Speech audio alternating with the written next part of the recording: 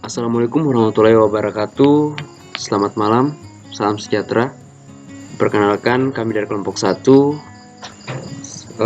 Saya Karolus Rudi Pasau, NIM 1801204. Mata kuliah Petrofisik. Di sini kami akan mempresentasikan judul paper kami, yang dimana judulnya adalah analisis atribut fisika batuan untuk prospektivitas hidrokarbon di lapangan EVA di pantai Niger Delta Basin atau di negara Nigeria. Kata kunci atribut batuan atau kata kunci dari judul paper kami ada 4, yaitu yang pertama cross plot, yang kedua inversi seismik, yang ketiga fisika batuan, yang keempat validasi prospek. Pengertian dari cross plot digunakan dalam analisis log sumur untuk menghitung dari grafik atau diagram berdasarkan hasil 2 atau lebih bentuk data. Jadi cross plot ini digunakan dalam paper kami, digunakan untuk menganalisis log sumur, untuk menghitung grafik atau diagram berdasarkan hasil 2 atau lebih bentuk data, sehingga bisa kita ketahui data-data untuk log sumur. Namun yang kedua ada seismic inversi, adalah di mana proses pemodelan geofisika yang dilakukan untuk memprediksi informasi sifat fisik bumi berdasarkan informasi rekaman seismik yang diperoleh. Jadi keterangan daripada seismic inversi itu penjelasannya di mana di sini adalah proses pemodelan geofisika yang dimana dilakukan untuk memprediksi informasi sifat fisik bumi. Jadi dalam seismic inversi ini dia akan memprediksi informasi sifat fisik bumi melalui rekaman seismik yang diperoleh. Dan melangkah pada penjelasan fisika batuan, di mana fisika batuan adalah untuk memahami karakter dan sifat fisik batuan dan fluida diperlukan sebagai sebuah analisis fisika batuan dengan tujuan utamanya adalah mencari suatu fisik yang dapat memisahkan antara zona prospek dan zona yang tidak prospek. Artinya dalam paper ini ada zona prospek dan zona tidak prospek. Maksudnya dalam paper ini dijelaskan dalam zona prospek itu dimana sifat fisik batuan atau lapisan batuan dapat diketahui apakah di bawah itu, di bawah lapisan itu bisa terdapat prospek untuk hidrokarbon atau tidak. Jadi zona prospek artinya memberikan informasi apakah lapisan itu ada informasi untuk hidrokarbonnya, sementara dengan penjelasan yang zona tidak prospek artinya zona di mana lapisan tersebut tidak ditemukan secara jelas daripada hidrokarbon. Namun penjelasan yang berikut adalah apa itu validasi prospek. Saya akan menjelaskan. Validasi prospek artinya di mana validasi prospek ini sebuah data yang konkret, sebuah data yang dimana fakta untuk dimana pengumpulan data dari cross plot, seismic inversi, fisika batuan itu diakumulasi oleh validasi prospek, sehingga dapat diketahui melalui validasi prospek apakah lapisan kita atau atau analisis log sumur kita bisa kita ketahui apakah di bawah ada yang pertama apakah di bawah ada hidrokarbon kita dan bagaimana bentuk lapisan sumur kita. Itu yang dimaksud dari validasi prospek. Namun di sini ada apa itu Poisson ratio. Poisson ratio adalah perbandingan antara kontraksi lateral terhadap regangan longitudinal jika suatu bahan ditarik secara linear. Atau dengan kata lain, rasio ini menghitung perbandingan antara penyempitan benda terhadap pertambahan panjang akibat tarikan. Nah, di dalam paper ini di mana dijelaskan bahwa dalam delta Nigeria itu dapat daya tarik di mana dalam lapisan batuannya itu ada daya tarik, sehingga dalam Poisson ratio ini menjelaskan bahwa daya tarik yang dalam delta basin yang dimana di Nigeria itu ada daya tarik antar lapisan, sehingga di sini diberikan penjelasan untuk Poisson ratio. Baik, terima kasih. Selanjutnya akan dijelaskan oleh teman saya. Sekian dan terima kasih. Ya, selamat siang. Perkenalkan, nama saya Ronaldo Saleng. Saya ingin melanjutkan presentasi dari teman saya Carolus. Ya, yang di sini saya mau menjelaskan tentang kumpulan data dan metodologi. Di dalam kumpulan data terdapat substitusi Fluid-Gasman. Kemudian apa sih itu substitusi Fluid-Gasman? Substitusi Fluid-Gasman merupakan pendekatan yang sering digunakan dalam studi seismik 4D atau studi AFO yang mempelajari tentang efek pergantian fluida pori terhadap perilaku gelombang seismik. Gasman fluid substitution didasarkan pada persamaan sebagai berikut, yaitu K1 per K min dikurang K1 dikurang K fluid 2 per porositas dalam kurung K min dikurang K fluid 2 sama dengan K1 per K min dikurang K1 dikurang K fluid 1 per porositas dalam kurung K min dikurang K fluid 1, di mana K1 ini adalah modulus bulk batuan yang tersaturasi oleh fluida 1. Kemudian K2 adalah modulus bulk batuan yang tersaturasi fluida 2. Kemudian K fluid 1 adalah modulus bulk fluida 1.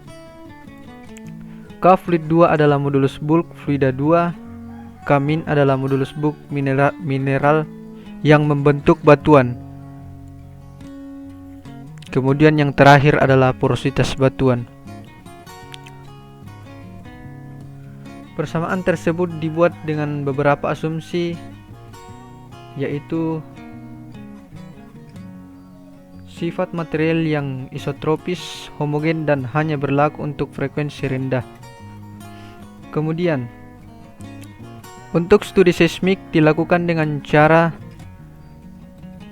ya di sini ada 4 cara yang saya pelajari, yaitu yang pertama, mengukur kecepatan gelombang P atau dalam kurung Vp, kecepatan gelombang S dalam kurung Vs, dan densitas dalam kurung P.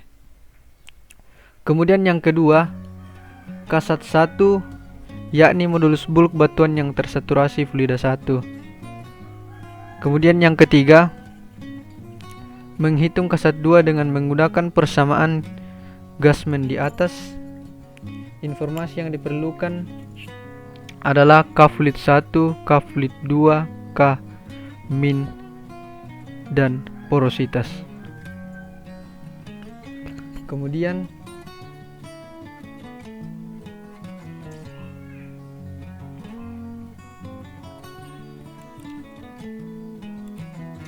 di sini ada gelombang geser.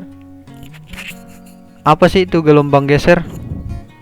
Ya, gelombang geser itu adalah fenomena pergerakan partikel material bumi.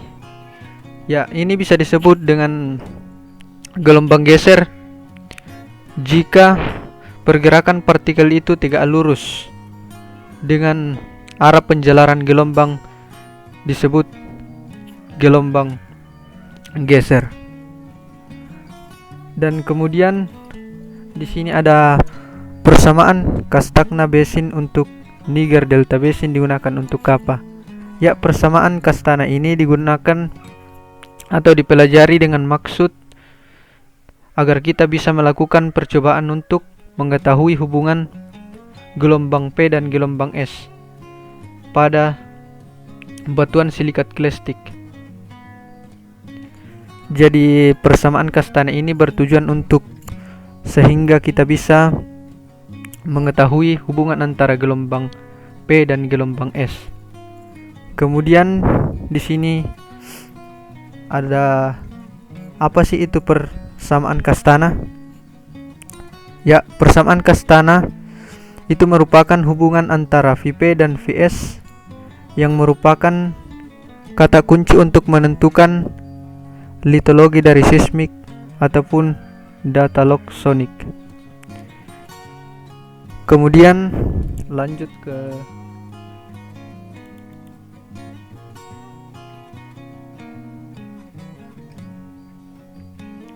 rasio lambda atau RHO versus lambda dikurang RHO per mu RHO. Ini artinya apa? Ya, sini saya akan menjelaskan lambda RHO dan mu RHO itu merupakan parameter Leim yang diperoleh dari inversi AVU atau amplitude versus offset yang berguna untuk mempersatukan identifikasi zona reservoir. Lambda RHO dan mu RHO merupakan atau diturunkan dari persamaan resistivitas peduli untuk gelombang P dan S. Mungkin itu saja dari saya. Selanjutnya akan dijelaskan oleh saudara saya Fidel. Terima kasih. Ya, terima kasih Ronaldo Saleng atas waktu yang telah diberikan. Sekarang saya akan melanjutkan presentasi lambda rho dan mu rho. Lambda rho dan mu rho itu merupakan parameter lam yang diperoleh dari inversi AFO atau amplitude versus offset yang digunakan untuk mempertajam identifikasi zona reservoir. Lambda rho dan mu rho diturunkan dari persamaan reflektivitas impedensi gelombang P dan S. Hasil dan diskusi identifikasi prospek. Beta struktural adalah waktu permukaan yang dihasilkan dari interpretasi cakrawala. Reservoir dianggap menjadi prospek potensial hidrokarbon jika di dalamnya tertutup perangkap struktural atau stratigrafi. Dari legenda, struktural peta menunjukkan bahwa wilayah tempat sumur berada terkonsentrasi secara struktural tinggi dengan ketinggian tertinggi, di mana hidrokarbon kemungkinan besar akan terakumulasi karena efek daya apung. Identifikasi prospek juga melibatkan observasi yang dilakukan untuk mengidentifikasi respons seismik yang dapat dikaitkan dengan keberadaan hidrokarbon. Umumnya dikenal sebagai indikator hidrokarbon langsung. Analisis lintas plot fisika batuan berbasis baik. Cross-plotting adalah representasi grafis dari plot dua atau lebih banyak properti batuan. Teknik lintas plot yang digunakan untuk analisis yang baik meliputi persilangan mu rho versus lambda rho dan rasio Poisson versus cross plot impedansi P. Blok resistivitas digunakan untuk memberi kode warna pada cross plot area untuk memberikan indikasi adanya hidrokarbon dalam interval kedalaman cross plot. Nilai yang sangat tinggi dari resistivitas merupakan indikasi adanya konduktif yang kurang cairan dari air garam.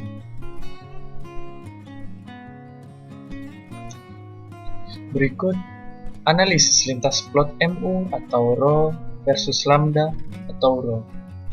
MU adalah parameter turunan gelombang S yang dikenal sebagai kekakuan.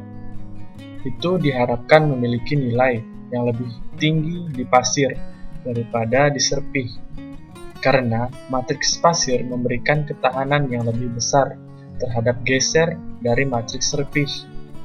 Nilainya tidak terpengaruh oleh sifat fluida di ruang pori. Karenanya, nilai air garam dan pasir isi hidrokarbon diperkirakan akan tetap relatif konstan. Sekian dan terima kasih dari presentasi kami. Kurang lebihnya mohon dimaafkan. Selalu jaga kesehatan. Assalamualaikum warahmatullahi wabarakatuh. Shalom. Terima kasih.